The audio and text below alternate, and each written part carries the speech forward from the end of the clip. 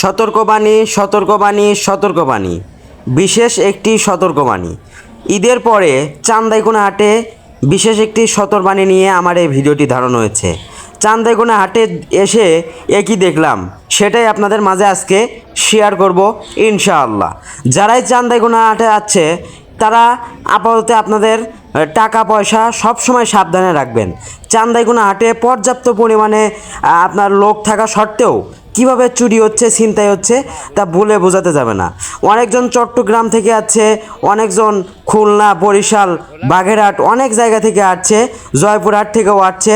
তারা এসে নরসিংদীর লোক এক ভাইয়ের কাছ থেকে আপনার 7.5 লক্ষ টাকা হারিয়ে গিয়েছে, অর্থাৎ তার সামনে থেকে তার ব্যাগটি ছিনতাই হয়ে যায়, তবুও ভাই তাকে ধরতে পারে না।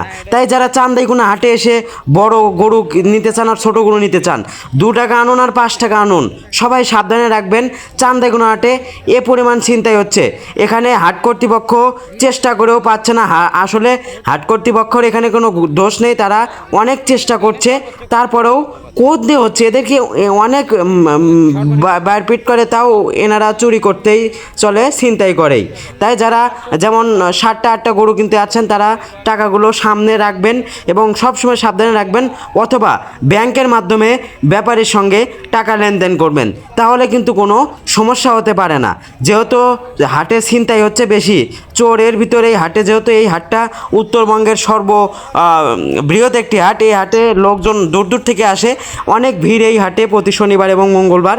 সবাই সাবধানে টাকা পয়সা নিয়ে আসবেন, এই ভিড়ের মধ্যেই আপনার কাছ থেকেও হতে পারে ছিনতাই। সবাই সতর্ক থাকবেন। আসসালামু আলাইকুম।